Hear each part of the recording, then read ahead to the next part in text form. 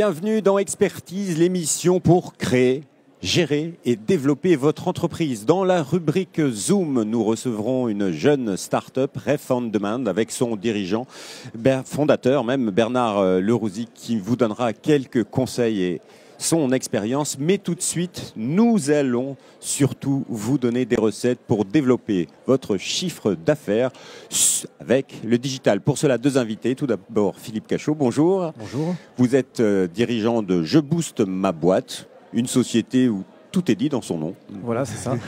Et puis à côté de vous, Lingencia. Alors vous êtes consultant en web marketing et médias sociaux et également blogueur. Et votre blogueur, c'est Solopreneur. C'est ça. Bonjour. Bonjour. Ma toute première question, aujourd'hui, quand on veut développer son chiffre d'affaires, forcément, il faut penser digital, Monsieur Cachot. Oui, c'est vital. Hein. Si vous n'allez pas sur le digital, aujourd'hui, vous n'irez nulle part. Vos concurrents y seront, donc vous devez y être. Alors, quels sont les outils pour développer son chiffre d'affaires? Qu'est-ce qu'on a à disposition dans le digital? Parce qu'il y a énormément de choses. Alors, on a évidemment les médias sociaux. Oui. Et l'enjeu des médias sociaux, c'est d'aller là où se trouvent nos prospects, nos clients. Si on va sur Twitter parce que c'est à la mode, mais qu'il n'y a personne qui pourrait acheter nos produits, c'est pas intéressant. Donc, se mettre sur tous les réseaux sociaux, se concentrer sur le réseau social où il y aurait le plus de potentiel. Donc voilà, il faut gérer sa relation client via le digital. Est-ce que c'est quelque chose qui peut faire peur à certains entrepreneurs, Monsieur Cachot? Et oui, le problème, c'est qu'on a beaucoup d'outils. On parle des réseaux sociaux, on parle des outils de marketing, on parle de beaucoup de choses. Mais à la limite, lequel choisir, comment le choisir, et après, même si on l'a choisi, comment on fait avec, quoi. Comment faire, comment commencer, par où commencer. Parce que quand on est artisan, c'est une stratégie. Quand on vend des produits sur Internet, c'est une autre stratégie. Ah, c'est pas du tout la même, oui. Est-ce qu'il y a des incontournables quand on veut se lancer dans une relation client via le digital? Alors, les réseaux sociaux, c'est bien, c'est une bonne chose, mais c'est qu'une première étape pour créer un contact avec nos prospects. Après, il faut les amener sur notre site et idéalement capturer leur email, parce que rarement on va vendre du premier coup à la première rencontre. Donc garder leur email, les capturer via des formulaires pour pouvoir à la suite leur envoyer des emails et rentrer dans une perspective de marketing de contenu avec ses prospects. Alors, petite définition, le marketing de contenu, qu'est-ce que c'est? Alors le marketing de contenu, c'est produire du contenu, texte, audio ou vidéo, pour permettre aux prospects d'être éduqués à notre produit et à une thématique. Si la personne cherche un plombier, nous, on va donner des conseils de base sur la plomberie. Et puis, petit à petit, elle va créer une relation avec nous parce qu'elle va apprécier notre contenu, le ton qu'on emploie. Et si elle a besoin d'un plombier, par exemple, si on prend cet exemple, elle va pas se poser 10 000 questions, elle va nous contacter, nous. Donc, c'est ça le marketing de contenu. Oui, l'idée, c'est de créer un lien avec le client qu'on ne connaît même pas en ce moment-là. On a son adresse email, si je reprends votre exemple, et de commencer à créer un lien et de lui dire, mais voilà, je suis intéressant, voilà ce que je peux vous apporter. C'est d'apporter quelque chose au client avant de lui demander de l'argent, quelque part. Alors, les campagnes d'e-marketing, comment ça marche, Lingencia? Tout d'abord, définir un objectif qui est parfois l'une des plus grandes difficultés quand l'entrepreneur fait tout, le commercial, la communication. Donc, définir un objectif et j'ai envie de dire, pour ne pas effrayer ceux qui sont seuls ou qui démarrent, fixez-vous des objectifs faibles pour démarrer avec les réseaux sociaux, donc avec les formulaires pour capturer les emails et essayer de les amener dans ce qu'on appelle un tunnel d'achat. Donc, première étape, on les contacte via, par exemple, de la publicité sur Facebook. On garde leur email, on leur offre un e-book. C'était ce que vous disiez sur le fait d'offrir quelque chose. Et après, les contacter par téléphone, leur envoyer une newsletter toutes les semaines afin de leur proposer nos promotions, par exemple. Voilà. Et on peut en faire plusieurs. Comment les articuler? Il ne faut pas non plus inonder les prospects potentiels de son produit. Non, justement, la difficulté de trouver quel est le rythme. Moi, si vous m'envoyez typiquement un article sur la plomberie toutes les semaines, vous êtes sûr que vous allez je vais très vite me désabonner.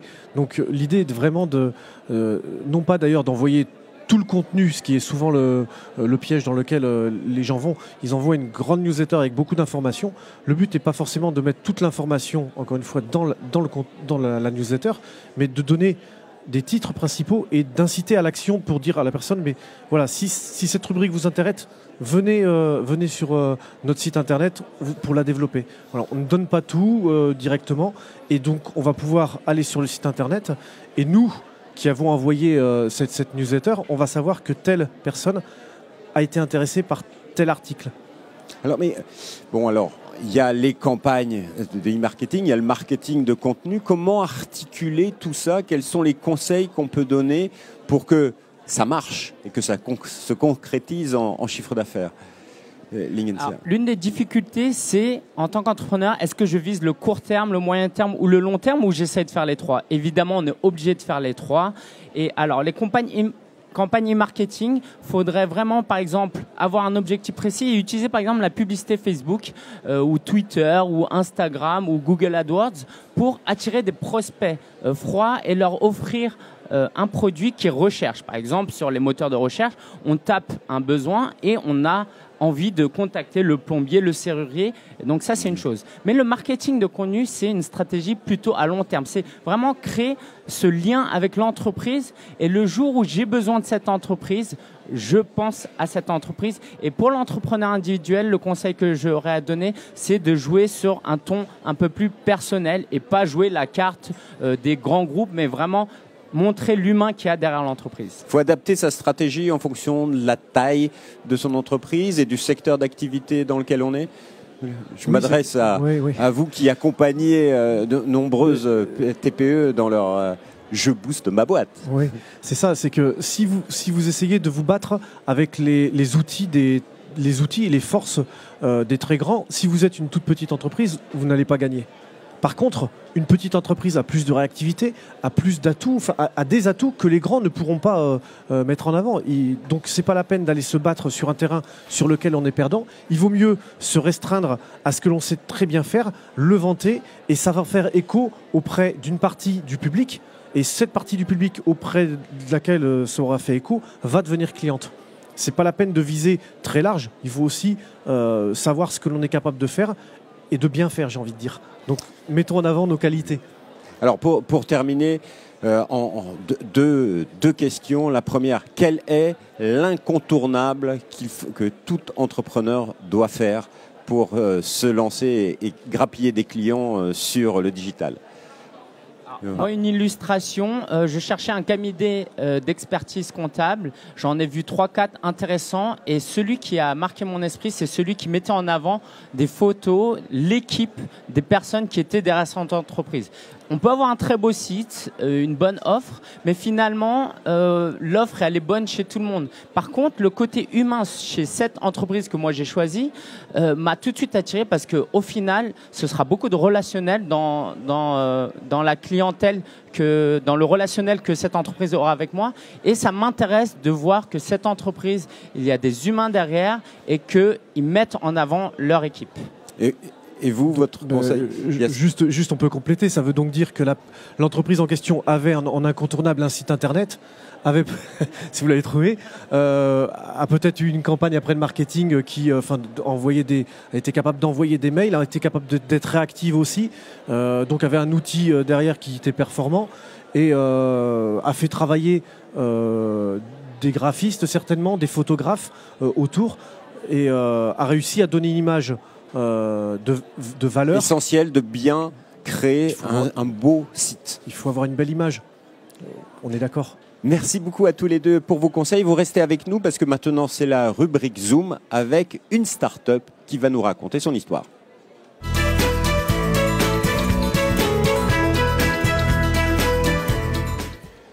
Pour la start-up du jour, nous accueillons Bernard Lerouzic. Bonjour. Alors, vous êtes cofondateur de Ref On Demand. En 2 mots, vous faites quoi? Alors, notre société est principalement, d'abord, c'est une start-up aussi. Oui. Elle a été créée au mois de juin, très récemment. C'est une société qui a pour but de mettre en avant les références clients, de certifier les références clients des fournisseurs. Donc nous, à ce titre aussi, en tant que start-up, on a besoin d'avoir des références. C'est les premières références qui comptent. Et on préfère dire, plutôt que de mettre une simple page de logo sans autre forme de process sur son site web, soyez audacieux, osez afficher vos coulisses, mettez vos références en avant et faites-les certifier par vos clients. Alors, ça c'est pour l'entreprise, mais on est là pour connaître et mieux connaître l'aventure de la start-up. Quelle a été la principale difficulté que vous avez pu rencontrer? Alors pour nous, c'était la difficulté suivante, c'est qu'on a beaucoup de gens qui travaillent dans la société, enfin beaucoup de gens, on n'est pas 50 millions non plus, qui travaillent dans l'entreprise, et ce sont des gens qui sont la plupart du temps déjà en poste. Donc ce sont des gens qui travaillent le soir, le week-end.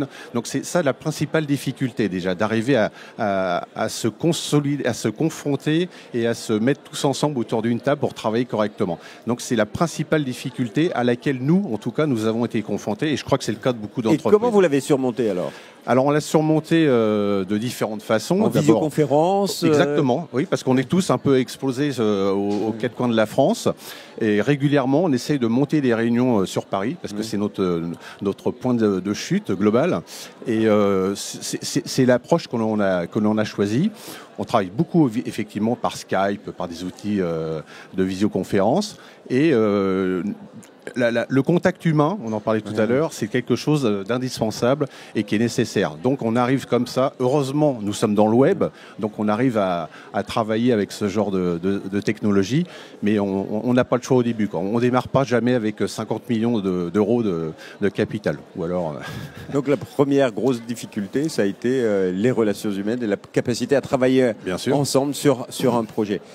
La prochaine étape, c'est quoi pour Ref on Demand? Alors la prochaine étape, ça va être d'abord de se structurer un peu plus, bien évidemment. Nous sommes en recherche de fonds.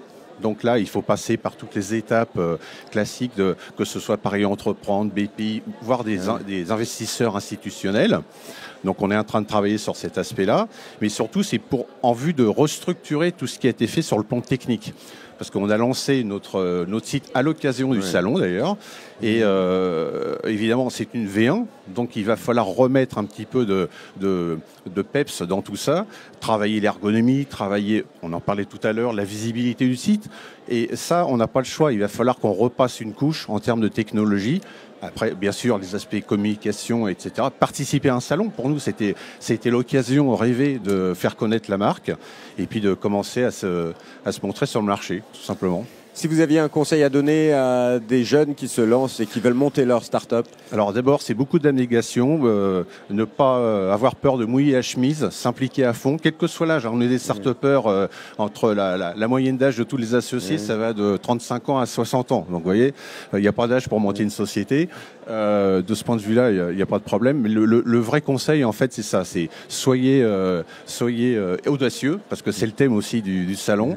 Et puis, n'ayez pas peur, quoi. Faut y aller. Et nous, c'est ce qu'on a essayé de faire chez Ref on Demand c'est ce qui est notre leitmotiv et notre credo quotidien.